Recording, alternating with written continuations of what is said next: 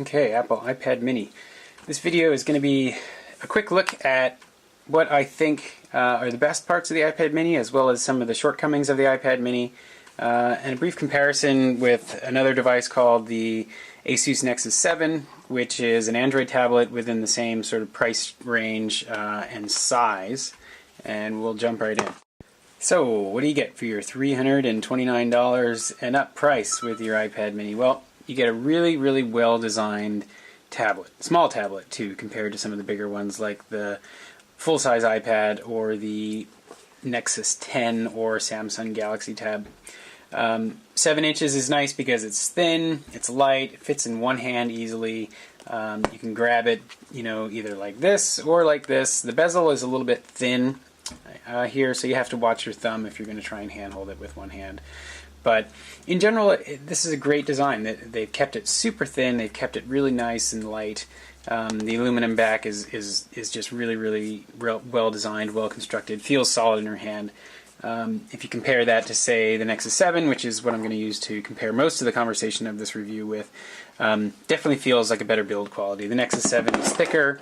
The Nexus 7 has a little bit of a plasticky feel to it with this rubberized back. Don't get me wrong, this does feel nice, but when you compare it to the design of the Apple iPad mini, it's noticeably different. This starts to feel cheap when this feels sort of premium build. But they both are good quality products, and so we'll get more into the comparison here in a minute. So the iPad mini is pretty much a shrunken down iPad, just like most things in Apple's line. The iPhone, the iPad, the iPad mini, and the iPod Touch are all basically the same product, just with different screen sizes. This is an LTE device, so it does have a cellular data connection, but they do make a Wi-Fi only model as well. This price starts at $329, goes all the way up to, I think, $550 for the 64 gig with LTE, which is a lot of money, when you compare it to some of the other cheaper tablets that are out there. But the biggest thing about this is that this is a full iPad. It runs the same software as the other iPad, so you're going to get access to the same apps, the same great Apple ecosystem, the same great Apple accessories, and all the other things that go along with it. This device does have a Lightning connection on the bottom, so you have to be aware of that. This is not going to work with your 30-pin dock connections unless you have an adapter. But that's the great thing about this device, is that, for $329, if you're going to go with the base model, you get all the benefits of the iPad, and you're going to save yourself some money. So what about the weaknesses? Well, the biggest, most glaring shortcoming of this device is the screen resolution. When you look at this compared to, say, a Retina display on an iPhone, or even the awesome display on the Nexus 7, these look they are totally different. I've got Chrome running here on both these guys, and we'll fire it up. This, the resolution on both of these are substantially different, and I don't know if you can see it in the video. You probably won't be able to, but high resolution screens, low resolution screen. When you go from a high resolution screen back to a low resolution screen like on the iPad mini, it's noticeably different, and it's really annoying. The text in here like when you're viewing the web or reading email, you can see how it's a low quality screen. You can see the pixels. The text isn't as sharp. And for me, that's kind of a deal breaker. I expected more of Apple when they released this product. I think they've got everything else done right. They've got the build quality right, they've got the pricing right, they've got the style and the size and the construction right, but the low quality screen really is a bummer. There's no other way to sort of describe it. You'd have to hold this side by side with either an iPhone 5 or a Nexus 7 to see how the iPad mini screen really doesn't compare, and is a lot lower quality.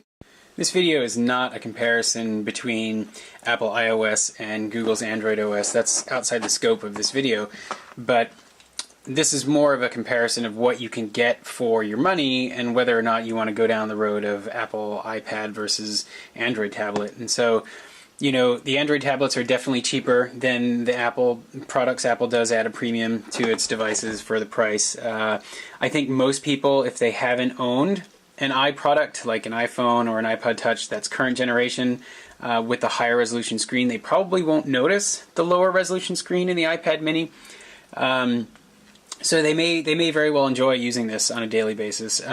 But for somebody that has the latest and greatest technology and has used Retina displays and has used high resolution displays, I think they will notice. I think that coming from a high resolution screen back to a lower quality screen like in the iPad mini is shocking. I think it's definitely something you have to consider when you're going to spend $300+ on something that's new but has old technology in it. So keep that in mind. I hope this review has been helpful to you guys. I think if you get an iPad mini, I think you'll like it, but for somebody that's a tech connoisseur, they might notice the screen and might be a little bit disappointed. So, should you buy this? I guess that's the question of the video, so I can answer that. In my opinion, no, you should not buy it. I think that even though it is a really nicely designed product, and even though that Apple has created something new and a new niche market, I think that this is definitely a first generation product. I think they will improve it next year, and either the second or third generation iPad mini will likely have a Retina display and possibly some more features like an updated chip, more RAM, etc., to take advantage of the new software updates that are going to come out. So I think if you're in the market for a 7-inch tablet, I think that save yourself some money. Go out and grab an Android Nexus 7.